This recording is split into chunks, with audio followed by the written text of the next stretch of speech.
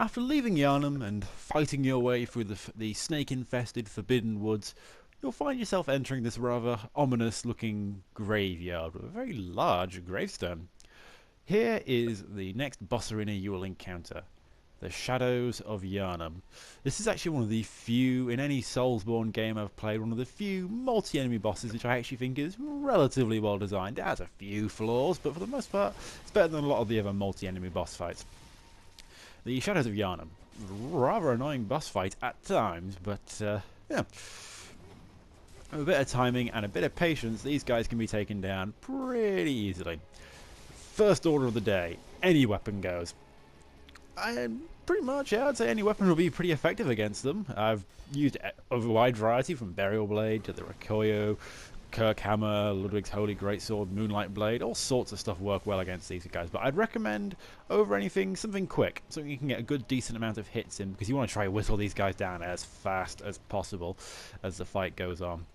Now, I would also recommend maybe something with fire resistance. I'm not wearing a set that's exactly fire resistant in this video, but because of course a lot of them use fire attack, or two of them use fire attacks, it's worthwhile having a bit of fire resistance just in case.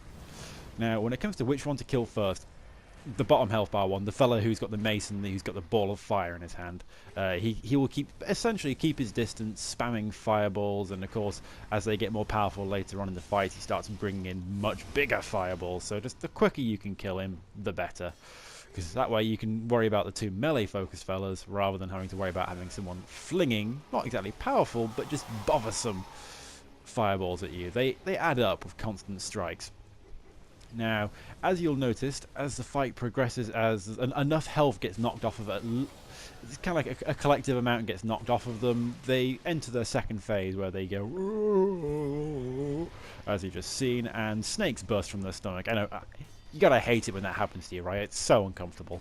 But as this happens, the two melee-focused fellas gain a lot more reach, and annoyingly so. This is one of the things that in the fight I think they shouldn't have let them do, where they can pretty much hit you from nearly a quarter of the battle arena's distance, and it can really be annoying when you're trying to heal yourself. So just learn the telegraphs. They can be parried whilst they're doing it, but learn the telegraph so you can dodge to the side or dodge into it, because these attacks, they hurt. Some of them can knock you into the air, leaving you stunned, and they're just a generally annoying attack, and they interrupt you whilst you're trying to heal.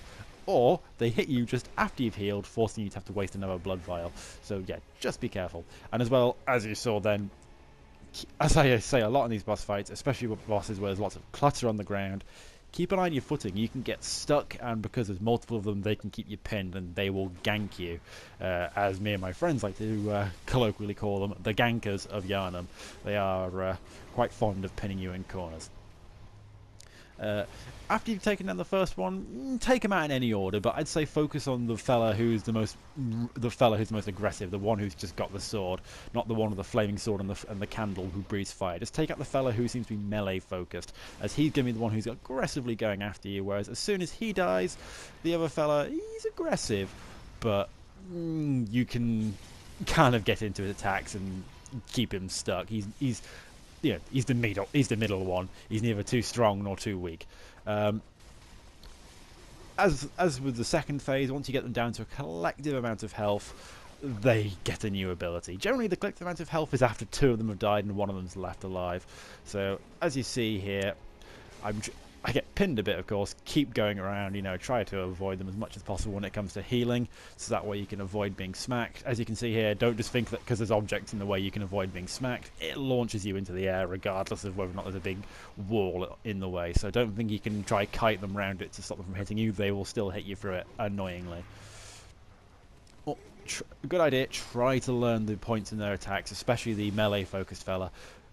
Try learn the points in attacks that are rather parryable, because he's actually very parryable, is the sword fella, and in fact all of them are when they do melee attacks, but him in particular, seeing how he's the one who's going to be doing the majority of the strikes at you.